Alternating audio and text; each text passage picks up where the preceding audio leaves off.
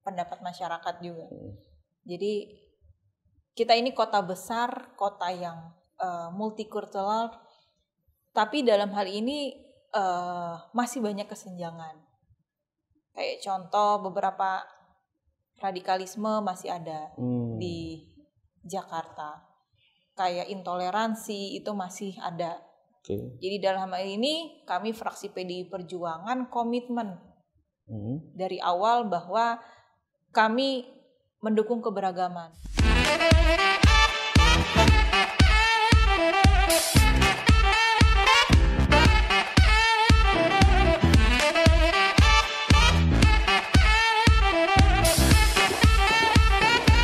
Baik, Sobat Muda, kita lanjut dengan Mbak Ima.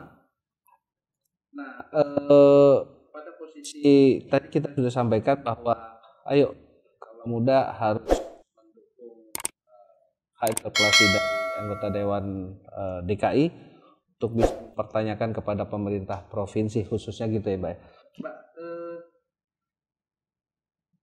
boleh nggak dikatakan bahwa Mbak Ima sebagai inisiasi untuk masalah interpelasi ini? Kalau media bilangnya seperti itu. Begitu ya. Karena nah, berawal dari laporan BPK tadi kan, betul, Mbak. Betul. Nah, bentuknya apa sih, Mbak? Laporan apa? Tahu-tahu teman fraksi yang ibaratnya komisi lain tahu bahwa oh gini ya gitu loh. Ada laporan apa, Mbak, kepada dewan? Kepada komisi maupun kepada fraksi gitu ya. Itu seperti apa ya? Jadi, bentuknya? Waktu itu kami dapat laporan BPK. Ya seperti biasa dokumen. Selanjutnya kami sampaikan, kami menemukan hal-hal yang janggal, yang kami bertanya pun nggak bisa dijawab oleh Pemprov DKI, baik itu di komisi atau di di Banggar gitu.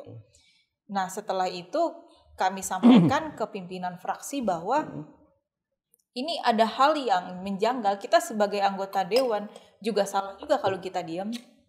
Jadi ya setelah sudah dirapatkan fraksi, ya akhirnya kami ingin menginterpelasi gitu. Intinya fraksi sangat mendukung. Betul. Pun DPP-nya gitu ya. Iya, Partai PDI Perjuangan selagi itu merugikan rakyat, kami maju terus lah. Kalau misalkan ada hal-hal yang kebijakannya merugikan masyarakat, kita harus bicara gitu. Nah, kita harus bergerak. Sekarang pertanyaannya nih Mbak, apa bentuknya? Misalnya tadi Mbak bilang fraksi PDIP untuk mempertanggungjawabkan kepada rakyat. Bentuknya dari Mbak Ima pribadi apa? Kalau fraksi kami kebetulan mungkin ini juga pertama kali ya di DPRD DKI. Fraksi PDI Perjuangan, mungkin teman-teman muda juga yang belum tahu. Kita setiap tahun itu selalu melaporkan kegiatan kami, apa yang kami perjuangkan itu di satu buku. Oh, ada itu. Jadi ini contohnya laporan fraksi PDI Perjuangan kepada warga DKI. Jadi ini sudah menjadi standar baru di fraksi PDI Perjuangan agar setiap tahunnya dibuatkan seperti ini. Bagus dong. Jadi kami sebar, jadi kalau teman-teman yang nggak bisa dapat bukunya, kami juga ada di website PDI Perjuangan. Jadi bisa langsung di-download berupa PDF. Jadi di sini kami juga menjelaskan di halaman pertama ada ketua fraksi, juga inilah dewan-dewan dari fraksi PDI Perjuangan yang harus dikenal. Iya. Di sini juga ada penjelasannya, dapil-dapilnya, dan kami mencantumkan nomor telepon dan seluruh sosial medianya. Bagus. Jadi nggak perlu nunggu ketemu dulu, kita sudah bisa komunikasi. Boleh lihat Mbak? Boleh. Jadi judulnya laporan fraksi PDI Perjuangan kepada warga DKI. Wah ini bagus nih. Ini bisa menjadi pionir ya, bisa jadi standar pelopor untuk semua anggota dewan lah kalau saya bilang gitu. Jadi ibaratnya itu nggak rakyat diberitahu ini loh kerja gua gitu kan, kira-kira kan. Betul. Jadi kan selama ini orang skeptis ya, lu anggota dewan kerjanya tidur aja, jalan-jalan, kunjungan ke luar negeri. Okay. Tapi good. Kita jelaskan Itu per komisi A sampai E lengkap apa yang kita perjuangkan. Dari turun ke masyarakat kita lengkap semua, gaji dan tunjangan pun kita tampilkan berapa yang dapat.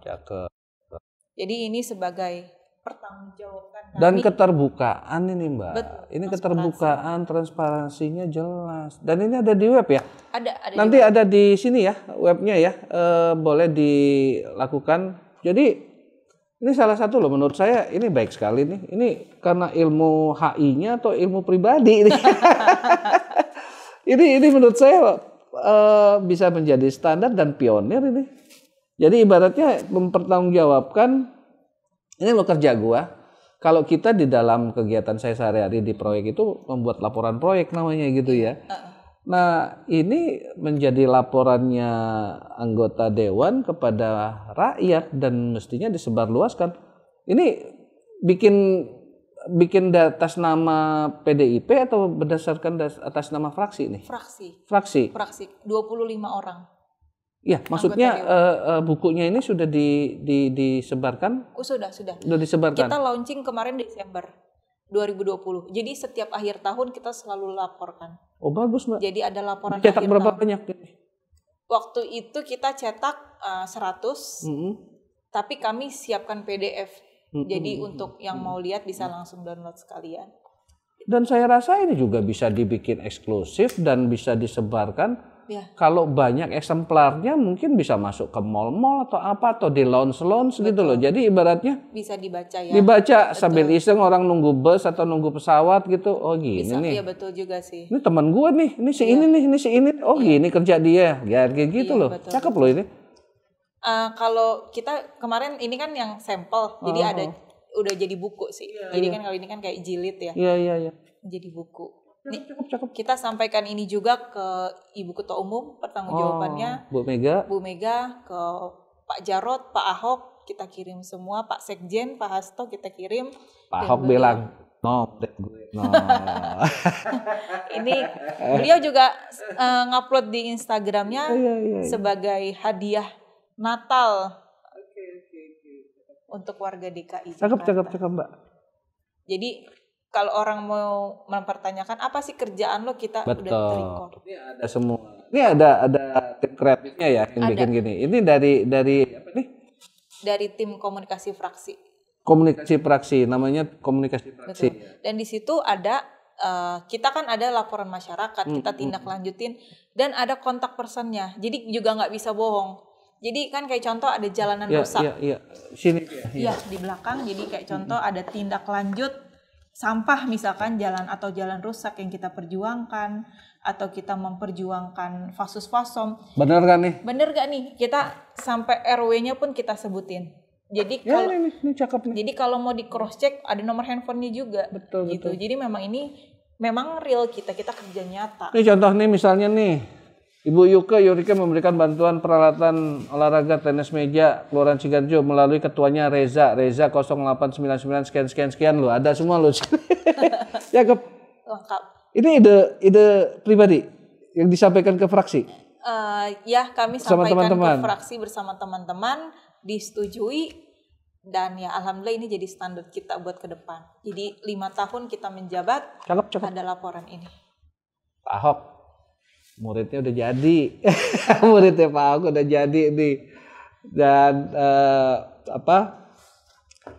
salah satu anak muda yang dididik langsung oleh Pak Ahok, ya. Oke, Mbak Ima, cakep. Saya appreciate ini cakep sekali dan mestinya patutlah dicontoh oleh anggota dewan yang lain maupun saya juga sebenarnya bagus juga untuk anggota yang di Senayan sana kali ya, untuk dapil-dapilnya cakep ya. Oke, Mbak Ima, sekarang karena Mbak Ima kan mewakili milenial ya, kaum muda gitu ya. Bagaimana sih melihat DKI ini sendiri sekarang ini? Dan apa mungkin yang diharapin sama DKI gitu ya? Pertama, kalau kita lihat DKI Jakarta ini, kita lihat juga pendapat masyarakat juga.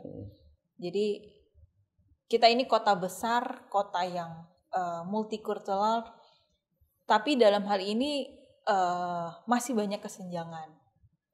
Kayak contoh beberapa radikalisme masih ada di Jakarta. Kayak intoleransi itu masih ada. Jadi dalam hal ini kami fraksi PDI Perjuangan komitmen dari awal bahwa kami mendukung keberagaman yang ada di Jakarta. Jadi harapan kami fraksi PDI Perjuangan, saya pribadi, Gubernur DKI harus bisa memfasilitasi seluruh golongan. Dan juga dalam hal ini mengenai kebijakan itu yang harus pro rakyat. Jangan sampai kita hanya menghambur-hamburkan uang, selalu pengadaan, tapi warga Jakarta tidak terdampak. Gitu. Salah satunya tadi yang Formula E, tidak bermanfaat untuk warga Jakarta. Ini yang harus sekali dievaluasi oleh Pak Gubernur, karena jabatan beliau selesai di tahun depan. Kita juga mengingatkan bahwa hal-hal yang tidak baik harus dievaluasi. Oh, habis 22 ya? 2022 tahun depan. Nah, terus kan kasusnya untuk nanti 2024 perpanjangan itu gimana tuh, Pak? Ya makanya, takutnya malah jadi beban. Malah jadi beban untuk yang PLT berikutnya. Karena kita Pilgub 2024. Iya. Nah, yang menentukan PLT siapa? Presiden? Presiden yang menentukan PLT-nya siapa. Kalau Mbak Irma ditunjuk, siap nggak? Tunjuk apa PLT? PLT Gubernur. Misalnya nih. Kalau saya sih kasih yang lain dulu lah. Karena saya juga masih belajar ya, masih periode pertama. Nah, Mbak Irma, kalau ini jadi tahun keberapa ke anggota Dewan? Kedua, 2 jalan 3 atau 2? 2. Ini 2, pas ya? Agustus. 2 ya? 25 Agustus. Iya, 20, 21 ya, benar ya? Iya, tahun kedua. Oke. Sudah ngerasain suka dukanya belum sih? Sukanya apa, dukanya apa? Kan beda banget nih dari yang tadinya anaknya boleh dikatakan ya tanpa ada birokrasi, tanpa apa gitu kan. Namanya mahasiswa terus kerja di swasta segala macam. Suka dukanya apa sih, Mbak? Kalau duka dulu deh. Kita menjelaskan duka. Kalau duka itu dulu saya kan gajinya untuk saya sendiri. Justru malah lebih boros. Lebih boros tuh kita bisa belanja apa gitu kan. Kalau sekarang kayak dulu kita mau makan aja harganya mahal, kita masih tutup mata. Sekarang kita mau makan yang agak mahal, kita mikir, mendingan gue beliin kursi roda ya buat si ibu ini. Mendingan. Jadi sekarang pun mau beli barang-barang yang mahal pun juga jadi nggak enak, bukannya nggak enak hati. Jadi udah nggak udah nggak kepengen lagi gitu. Jadi ya kita kerja untuk rakyat gitu. Mungkin ini bukan duka sih, tapi lebih ke arah ya hal-hal yang seperti itu sudah nggak ada lagi gitu. Nah kalau untuk sukanya, kalau saya jujur, saya senang karena bisa bantu masyarakat. Ternyata apa yang kita sampaikan di rapat itu dampak sekali ke warga Jakarta. Kayak contoh kita di rapat, kita menggaungkan zaman pandemi COVID ini, kita mengusulkan bahwa setiap rumah ibadah dapat bantuan. Kenapa kita lakukan tersebut? Karena banyak masjid, gereja, pura, wihara. Mereka pun untuk membersihkannya aja, mereka tuh nggak ada dana. Karena apa? Yang biasanya kan mungkin ada jamaahnya datang, akhirnya mereka bilang, Bu, ini kita ngepel aja, bersihin karpet aja pakai uang sendiri. Nah dari situ kami fraksi PDI Perjuangan usulkan bahwa ini harus dianggarkan. Jadi mereka bisa dapat untuk masjid, pura, wihara itu masing-masing 2 juta, musola kita kasih 1 juta. Terus apalagi yang bisa kita kerjakan, contohnya KJP atau untuk yang lansia. Kita mengusulkan bahwa kita harus menambah jumlah orang-orang yang menerima KJP atau menambah uang dari Dasawisma yang jumlahnya udah ratusan orang di Jakarta. Jadi di sini sukanya yaitu kita bisa apa yang kita bikin kebijakan dampaknya langsung ke masyarakat.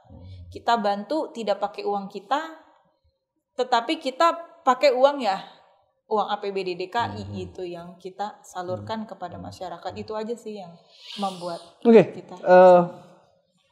Sebelum kita break lagi, Mbak Ima, tapi nggak usah dijawab. Urusan yang dulu sempat dinasihatin sama Pak Ahok masalah soal tunjangan, that's clear, udah clear. Mbak Ima terdiam tuh waktu di ngomongin sama Pak Ahok. Oke, baik, sesaat lagi kita kembali bersama Mbak Ima. Baik, kita lanjut lagi ya. Untuk khusus Mbak Ima kan boleh dibilang salah satu anggota dewan yang masih muda.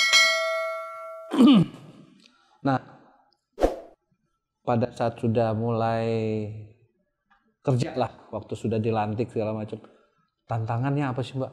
Aku kecil aja lu bisa kayak gitu kan sih? Gimana sih kira-kira? Kan para yang di anggota dewan 100 berapa sih? 106 ya. 106 itu kan senior ada yang udah umur berapa kan gitu. Ini anak kecil lah. Itu gimana dulu Mbak? Pastilah, kan juga pasti ada yang bagaimanapun saya tidak bisa lepas dari Pak Ahok ya. Jadi begini, dulu ada sentimen ke Pak Ahok kan juga ke saya kan juga jadi ikut gitu. Tapi dalam hal ini menurut saya ini pembelajaran aja. Memang ini jalan yang harus saya lewatin. Tapi untuk di fraksi PDI Perjuangan sendiri ya pasti kan ada ini namanya kan kepala banyak ya. Jadi kadang suka enggak ini. Cuma saya bersyukur saya punya ketua PDI Perjuangan yang terbuka dengan apa yang menjadi saya kasih masukan, karena beliau lihat pandangan saya adalah dari pandangan anak muda, sedangkan kami fraksi PDI Perjuangan dari yang paling tua sampai yang muda ada gitu. Jadi pun untuk generasinya juga sudah beda, dan sekarang sudah zamannya teknologinya sudah canggih. Jadi ya tapi pelan-pelan lah kami dari saya mengusulkan ketika itu konkret dan memang bagus untuk warga, untuk partai, pasti partai saya mendukung. Itu sih yang saya suka dari PDI Perjuangan. Jadi ketika orang sampaikan, nanti lu ketika masuk partai lu dipendem lu, disuruh disumpel gitu, nggak boleh aneh-aneh. Cuma ketua kami selalu sampaikan apa yang menurut kamu benar ya sampaikan, salah ya sampaikan. Jadi nggak pernah tuh ada yang saya dibungkam, disuruh apa. Kita bebas-bebas aja komentar. Itu dari Mega atau dari DKI? Dari DKI. Oh, ketua DKI. Ketua DKI, dan kita juga mengambil intisari dari Bu Mega ya. Otomatis Bu Mega sampaikan bahwa kita harus selalu hadir di tengah masyarakat. Itu yang menjadi pegangan. Dan ini keuntungan buat PDI. Ada Mbak Ima, ada Bu Mensos kita ya. Bisa-bisa jadi Bu Mensos juga ya. Karena ketegasan itu bisa Mbak. Ketegasan, nggak neko-neko kan. Tegas ya, tegas benar, bukan karena pencitraan. Kan ada juga yang tegas soal gimana pencitraan. Betul, gitu. Betul. Nah kalau dari darah kita kan enggak. Oke Mbak, saya juga pengen tahu nih. Itu kan di dalam tadi ceritanya Mbak Ima di PDIP-nya. Betul. Nah kan kalau sedewan gitu sih kayaknya. Ada gitu juga. Cuma ya? kan nggak mungkin ngomong langsung di depan ya. Cuma ya beda pendapat bisa. Cuma saya orangnya nggak mau masuk hati. Karena menurut saya kalau apa yang ini menjadi suara rakyat ya kita suarakan. Karena yang buat kita ada di sini ya warga Jakarta, khususnya Jakarta Barat dapil saya. Nah, ini kita yang harus mensuarakan itu sih. Jadi kalau anggapan itu ya pasti ada, cuma saya nggak mau ambil pusing. Sekarang saya mau bicara gestur nih Mbak. Okay. Mau tanya, zaman dulu masih relawan terus kerja, apakah ada perbedaan gestur zaman dulu sama sekarang? Kalau sekarang nih harus duduknya rapi atau gimana? Kalau dulu mau cuek gitu. Ada perbedaan nggak itu Pak? Ini kan anak muda juga perlu tahu. Kayaknya nggak ada sih. Jadi kayak kemarin saya ketemu teman yang udah lama banget nggak ketemu, datang ke kantor, datang dia menyampaikan aspirasi lah. Udah lama nggak ngobrol. Kita ngobrol, kita apa? Dia sampaikan, lu nggak ada berubahnya ya malu walaupun jadi anggota dewan. Terus itu teman ngomong gitu. Kadang gue juga lupa gue jadi anggota dewan gitu. Jadi nggak tahu, saya pun kadang kalau ngelihat teman, oh ini anggota dewan, jadi saya ikutan, oh ini anggota dewan. Kadang nggak, dan saya juga nggak pernah merasa adanya perubahan sih. Justru malah beban kita jadi tanggung jawab kita lebih besar. Cuma untuk perubahan gestur apa nggak ada perubahan. Di dewan memang tidak ada ya. Misalnya keharusan begini, harus begini. Nggak ada sih, nggak ada. Yang penting bajunya sopan. Pakai jeans boleh nggak Mbak? Kadang saya pakai celana jeans sih. Oh bisa, boleh. Bisa, boleh. Kecuali kalau paripurna ya, kalau sidang kan paripurna harus rapi. Cuma kalau rapat komisi kadang pakai celana jeans. Oh komisi boleh? Boleh. Oh bisa. Jadi santai aja gitu, asal sopan ya, nggak aneh-aneh. Ya jadi ibaratnya kaosan nggak boleh ya? Kaos sih sebetulnya nggak boleh, cuma ada beberapa yang pakai, cuma saya nggak pernah. Tapi kaos pakai blazer juga boleh pakai ya? Blazer gitu boleh, ya. Cuma kalau kaos doang ada sih saya lihat beberapa, cuma menurut saya kurang etis lah ya gitu kita ya? Jadi. Karena ini kan resmi, forum resmi ya. Oke Mbak, kalau melihat dari sisi Mbak Ima sudah berjalan 2 tahun, ada sisi lucunya nggak sih? Ceritain dong. Pernah lucunya apa gitu? Kalau lucu banyak sih. Misalnya yang tensin atau apa gitu. Salah satunya laporan masyarakat. Jadi saya lupa cerita juga, saya menyebarkan nomor telepon saya. Oke. Jadi siapapun saya turun ke masyarakat, ada di semua sosmed saya pasti ada nomor telepon. Karena dengan nomor telepon ini untuk mempermudah saya bisa tahu warga Palmerah paling banyak masalahnya apa, warga Grogol Petamburan paling banyak masalahnya apa. Dan mereka pun kalau ada rasanya, Bu minta tolong dong, saya dibuatin saluran air karena banjir mulu nih.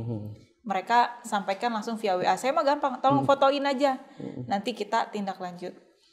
Nah untuk kalau misalkan yang lucu itu kayak contoh kemarin ada satu warga, jadi dia belum meninggal tapi dibilangnya meninggal dunia. Mungkin kalau pernah dengar di Tomang tuh, oh, ya? Di Tomang. Jadi disampaikan ke saya bahwa ada warga meninggal dunia, tapi sampai sore jenazahnya nggak bisa keluar katanya dari rumah sakit. Katanya dipersulit lah. Ketika sudah bahasanya dipersulit, saya harus bertindak kan. Terus saya telepon, kebetulan RSCM. Ini kan pemerintah pusat. Saya telepon Kasudin Jakarta Pusat. Saya telepon sampai Bang Charles Honoris, anggota DPR RI. Karena beliau kan Kemenkes kan mitranya beliau jadi RSCM juga termasuk. Bang, saya minta tolong dong Bang. Saya telepon Kasudin juga. Sampai Kasudin tuh sampaikan, Bu, ini saya sudah teleponan sama yang ahli forensiknya katanya. Nggak ada Bu yang nama yang Ibu maksud. Apakah Ibu salah rumah sakit katanya. Saya bilang enggak kok. Saya bilang orang udah orang bener-bener namanya orang tua. Ternyata pas di cross check orangnya masih hidup coba. Jadi istrinya salah denger. Kita udah lurah datang ke situ, semua perangkat udah gitu ditambah Kasudin udah telepon sampai Bang Charles Honoris udah turun. Ternyata orangnya masih hidup gitu. Dan panjang umur dan saya malah jadi ketawa sendiri. Gue bilang kocak, cuma karena sudah lansia ya, udah umurnya udah 70-an, mungkin dia salah dengar nama suami, yang meninggal siapa dikira suaminya dia. Jadi laporan malah sudah telepon ke pejabat-pejabat ya. Betul. Jadi itu, dan saya juga membuka hubungan sama teman-teman fraksi PDI Perjuangan di luar wilayah ya, kayak contoh Bekasi, Depok, Surabaya. Kalau ada warga kami yang sakit di sana, itu pasti saya minta tolong gitu. Jadi so far teman-teman mendukung sih. Oke. Mbak, kalau melihat Mbak kan mewakili milenial. Iya. Ke depan, sekarang anak muda gimana sih? Khususnya warga Jakarta, anak muda Jakarta. Anak muda, saya suka ngamatin aplikasi yang lagi tren, TikTok. Saya lihat anak muda selalu ikut-ikutan mengkritisi, tapi sebenarnya mereka tidak mau mendengar apa yang menjadi penjelasan yang benar gitu. Jadi saya sangat sedih ketika anak-anak muda, terutama generasi Gen Z ya, Bang, dia hanya mengambil berita sepotong-potong. Mereka sampaikan contoh partai saya PDI Perjuangan. kita kan yang namanya partai besar. Pasti ada aja oknum yang di luar batas, yang tidak satu komando dengan Ibu Mega. Contohnya ya mungkin ada yang mereka terjerat korupsi. Cuma kan dalam hal ini kan tidak semua gitu. Dalam hal ini kita masih ada orang-orang yang memang mau bekerja untuk rakyat. Jadi saya lihat anak-anak muda sekarang jadi ikut-ikutan tren gitu, ngata-ngatain PDI Perjuangan. Cuma ya saya juga nggak salahin mereka karena ya ini mungkin sudah dipupuk lama dari tahun ke tahun, mungkin mereka tidak pernah mengenal. Cuma saya sampaikan teman-teman yang anak-anak muda di DKI Jakarta bisa kenalan juga sama fraksi kami PDI Perjuangan yang ada di sini, bahwa kami juga terbuka. Dan bahkan Bang, kami pertama kalinya waktu itu awal 2019 kami membuka anak magang Bang. Magang di fraksi PDI Perjuangan. Jadi waktu itu kita buka untuk 25 orang. Jadi masing-masing mendampingi fraksi dari komisi A sampai komisi E. Waktu itu saya mengusulkan ke fraksi juga. Dari situ kita ketemu anak-anak muda yang dia smart, ada lulusan luar negeri. Jadi mereka itu terpanggil untuk membantu menjaga uang rakyat. Berkenalan gimana sih caranya di DPRD DKI, DPRD kerjanya apa, sampai reses mereka ikut. Kenapa waktu itu saya mengusulkan adanya magang ini? Saya ingin teman-teman anak muda juga merasakan apa yang dulu saya rasakan sama Pak Ahok. Jadi kami buat anak magang. Nah makanya ini kami terbentuk tim komunikasi politiknya fraksi. Ini juga dari anak-anak magang gitu. Yang mereka datang untuk belajar, mereka terpanggil. Ya jadi nggak usah takut. Kami fraksi PDI Perjuangan terbuka untuk anak-anak muda. Untuk kita banyak kegiatan juga, jadi ya anak-anak muda mengkritisi tapi juga harus kenal juga dan juga harus masuk ke dalam politik.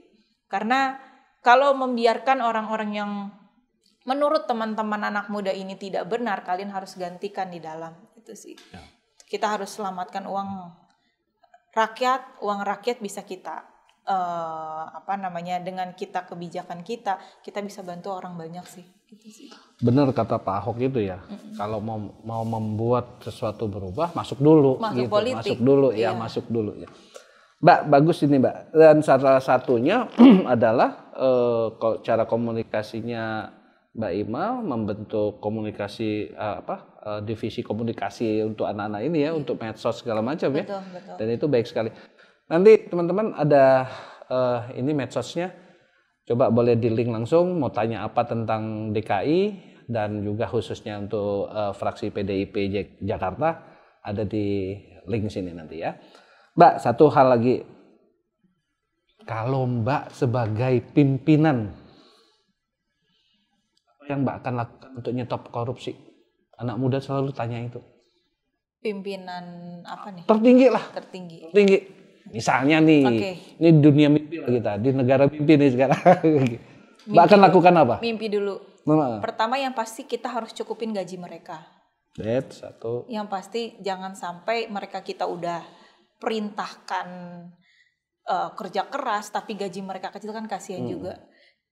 Kenapa saya belajar dari Pak Ahok, gaji-gaji PNS DKI itu bisa naik 5 kali lipat. Betul. Bahwa mereka kerja pun mereka dapat uang banyak juga happy. Dan kita juga nggak ada lagi pungli. Kan mungkin ngerasain ya zaman sebelum Pak Jokowi, Pak Ahok. 3 unsur ya kok nggak salah ya. Iya waktu itu. Apa lagi tuh yang Pak Ahok idekan waktu itu ya. Iya. Jadi semuanya memotong korupsi gitu. Dan berikutnya ya kita kerjasama dengan KPK. Kita terbuka kepada masyarakat. Bahkan dari penganggaran pun yang seperti Pak Ahok jalankan, kita buka ke masyarakat justru apa? Transparan ya. Transparan, karena 200.000 item yang harus anggota dewan pelototin tiap tahunnya. Itu kan juga kadang kita jadi buku 2 meter tuh saya lihat ya. Jadi buku 2 meter kalau jadi buku 2 meter. Jadi dan bayangin kita cuma 2 minggu untuk menyelesaikan itu. Kalau sudah terbuka dari awal, memang itu usulan dari masyarakat kan kita juga lebih transparan. Nah saya lihat Pemprov DKI sekarang ini justru malah menutup itu. Kembali tutup lagi? Kembali lagi menutup. Jadi kalau yang dulu di tender bisa dilihat di webnya DKI gitu? Udah nggak bisa kelihatan. Oh iya? Kayak contoh penganggaran lah. Apa yang menjadi usulan musrenbang misalkan. Kan kalau dulu Pak Ahok ada di tiap kelurahan apa aja yang lolos. Iya, ada di tempel. Sekarang udah nggak ada. Alasannya apa? Saya juga nggak tahu alasannya apa. Kita sudah komplain juga kenapa nggak ada gitu ya, namanya mereka yang buat kebijakan, mereka yang melaksanakan. Dan juga dulu katanya PPSU banyak di mana-mana rajin bersihkan. Sekarang udah nggak kelihatan. Itu juga disampaikan juga ya itu yang tadi mungkin kita balik lagi yang soal biar nggak korupsi. Ya selain kita bekerja sama dengan KPK, kita transparansi ke masyarakat. Ya mungkin yang terakhir adalah ya kita harus menjadi contoh juga dengan orang-orang yang di bawah. Jangan sampai kita menyuruh anti korupsi, tiba-tibanya amit-amit gitunya malah pemimpinnya yang melakukan itu sih. Jangan jadi teman di kalangan artis itu ya. Jadi narkoba malah ikutan. Sebelumnya narkoba dulu, baru jadi duta narkoba. Jadi gitu ya. Ya benar Mbak, setuju. Baik Mbak Ima, terima kasih banget. Ini kita udah banyak ngalor ngidul, tapi semuanya bermanfaat. Teman-teman muda kalau memperhatikan bagaimana awalnya Mbak Ima menjalankan dunia politis, tadi sudah disebutkan dari awal, dari sejak kuliah beliau memang aktif dan akhirnya melakukan melakukan sebuah perubahan di dalam fraksi PDIP Jakarta dan juga bisa menularkan untuk kepada fraksi-fraksi yang lain. Khususnya untuk warga Jakarta, salah satunya beliau sudah membuat sebuah model atau sebuah buku yang mana itu adalah merupakan pelaporan dari fraksi PDIP ya, fraksi PDIP untuk warga Jakarta. Ini patut dicontoh dan menurut saya pribadi appreciate untuk Mbak Ima, 2 jempol Mbak, 2 jempol untuk kerja-kerja seperti ini. Mudah-mudahan menjadi bisa melihat teman-teman yang lain bisa melihat bahwa yang seperti ini bagus, sistem yang kayak gini bisa dijalankan dengan bagus. Syukur-syukur Senayan bisa mencontoh, nggak skeptis ya, ini Ima apa sih, gitu lah. Ada banyak. Iya, jadi menurut saya justru bagus sekali. Jadi nggak ada lagi tuh anggota Dewan DKI jalan-jalan ke sana ke pabriknya melihat gitu ya Mbak ya. Oh iya. Gitu lah, ke zaman dulu kan begitu. Gosipnya ya. Di Swiss sana gitu mau lihat pabriknya jam dan segala macam. Baik teman-teman muda, ini Teras Channel akan meneruskan kegiatan-kegiatan lain dan kita berterima kasih kepada Mbak Ima, fraksi PDIP Jakarta, dan salam dong pada anak muda Jakarta. Salam buat yang menonton Teras Channel ini, semoga ada manfaatnya buat teman-teman semua dan jangan lupa subscribe Teras Channel. Terima kasih. Assalamualaikum warahmatullahi wabarakatuh. Terima kasih.